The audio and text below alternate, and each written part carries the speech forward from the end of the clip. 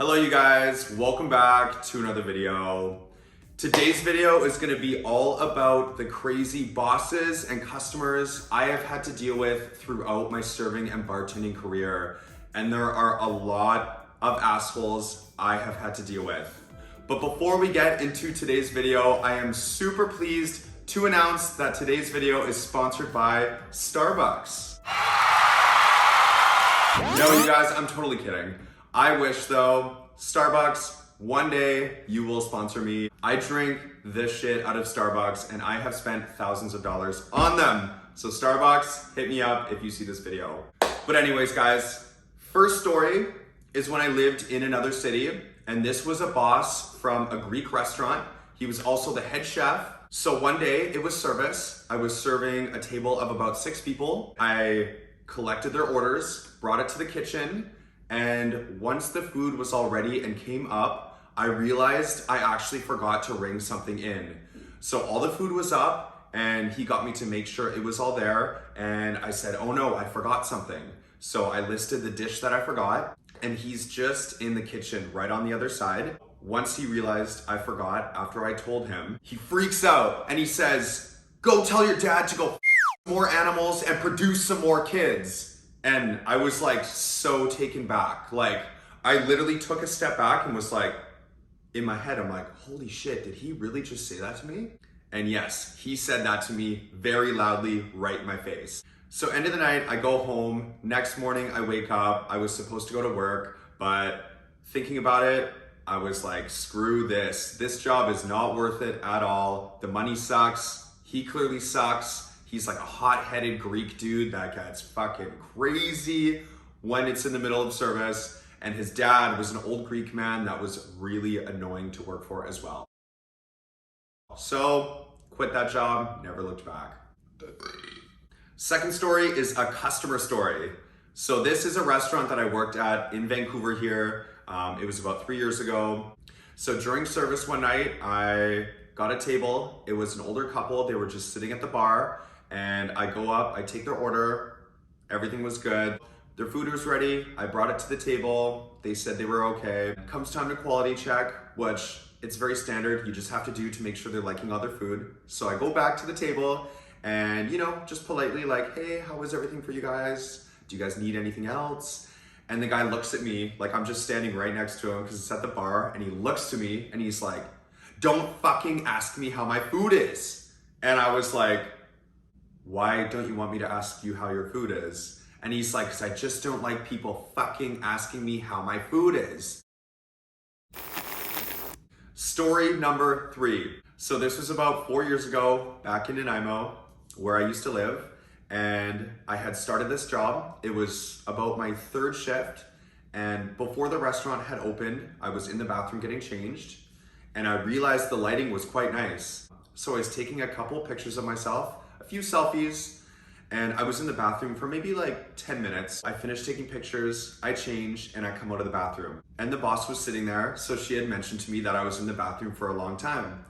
And I just told her like, I was just taking a couple pictures for myself for my Grindr account, which is like an online kind of like dating kind of hookup thing.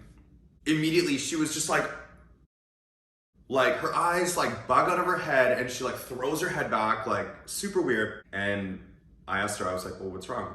And she was like, you know what? You don't need to tell me about your sex life. And I was just like, I wasn't telling you about my sex life. I just told you I took a couple pictures of myself for that site. And she was like, well, you know what? Grindr is related to sex. I was like, okay, whatever.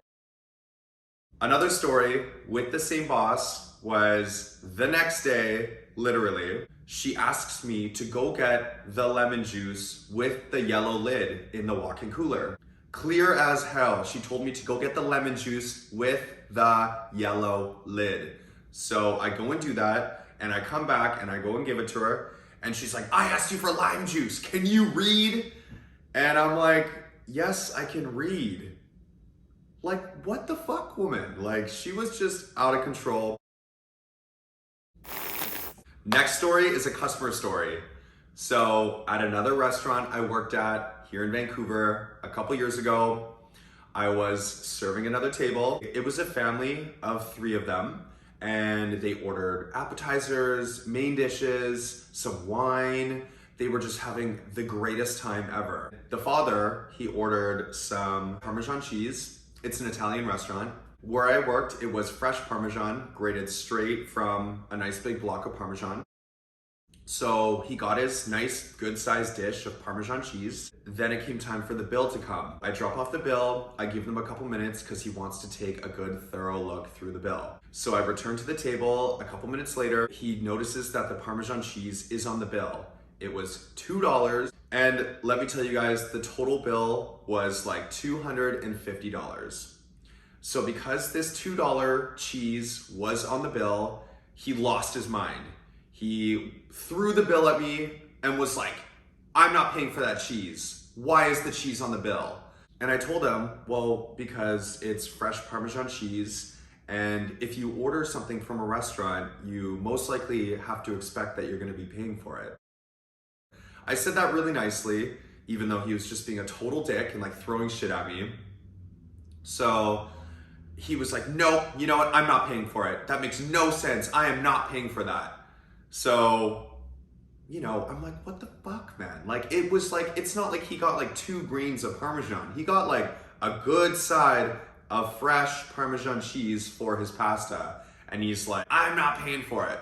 But the bill is already like over $200. And you're not gonna pay for $2 cheese? Like, what the fuck? So then I go to my manager, I explain the situation, and she was even like, what the fuck? So she like peeked around the corner to like what this guy looked like, and I was like, yeah, him. Like, you know, everything was going so smoothly, and I was freaking out about $2 cheese. So she took off the cheese, I returned to the table with the new bill, $2 less. Next story is another customer story, and this is actually at the current restaurant I am working at now. So this is a customer I have served quite a few times in the past. He comes in, he is a very regular person that spends a lot of money, hangs out, brings his son, friends, everything. They love to come to the restaurant. So one night, he comes in with a couple of friends, and they only wanted a couple appetizers and some glasses of wine. Once that was done, I asked them if they wanted anything else, and they said they want ice cream. So I went around and I asked them what kinds of ice cream they wanted, and his 2 friends wanted vanilla ice cream, and he wanted Spumoni. And for those of you that don't know, Spumoni ice cream is a mixture of different flavors of ice cream, very like marbled together kind of thing. Like, we're not talking Neapolitan where it's like one flavor, like next to each other. We're talking like mixed in very well. So I take their order, and he mentions to me that he wants only the chocolate ice cream scooped out of the Spumoni ice cream. And I said, okay, like let me go take a look at it and I'll see what I can do. So I go to the back and I look in the tub of Spumoni ice cream, and it is like so mixed in together. If I was to scoop out the chocolate ice cream, I would have to take like a fork and like turn it sideways and like scrape out like little tiny slivers of chocolate ice cream, which doesn't really make sense. Like, his bowl of ice cream would be like non-existent really of chocolate, or I would have to stand there and like scrape out, yeah, like no. So I return to the table and I tell him that I don't think I'll be able to scoop out just the chocolate. It looks like it'll just be a little bit too difficult. And I said, can I get you anything else? And immediately he turns to me and says, you know what? I come here all the time and I spend a lot of money. So why don't you go back, scoop me my ice cream, and just think about that, okay? And then he turns back to his friends. And I was just standing there like I was actually in disbelief, because this guy I have served a lot of times. I've built a good rapport with him, and you know, we know each other. So the fact that he was gonna talk to me like that is unbelievable. So I go to the back and I go and tell the manager that he's just being a huge dickhead, and I don't know what to say to him. I told him I can't really do it because it's just really difficult to scoop out the chocolate out of the mixture. So the manager says, don't worry, let me scoop the ice cream, I'll take care of it. The manager scoops as much chocolate out as he can, but there's still a lot of pistachio mixed in with the chocolate. So I bring all of them their ice cream and I put down his ice cream in front of him. And he turns to me and he says, you know what? Like, I'm not trying to be difficult. It's just that like I come here all the time and I spend a lot of money and I'm good friends with the owner and like blah, blah, blah, blah, blah. And by this point, I was starting to get really mad. Like, this guy has given minor issues to people in the past.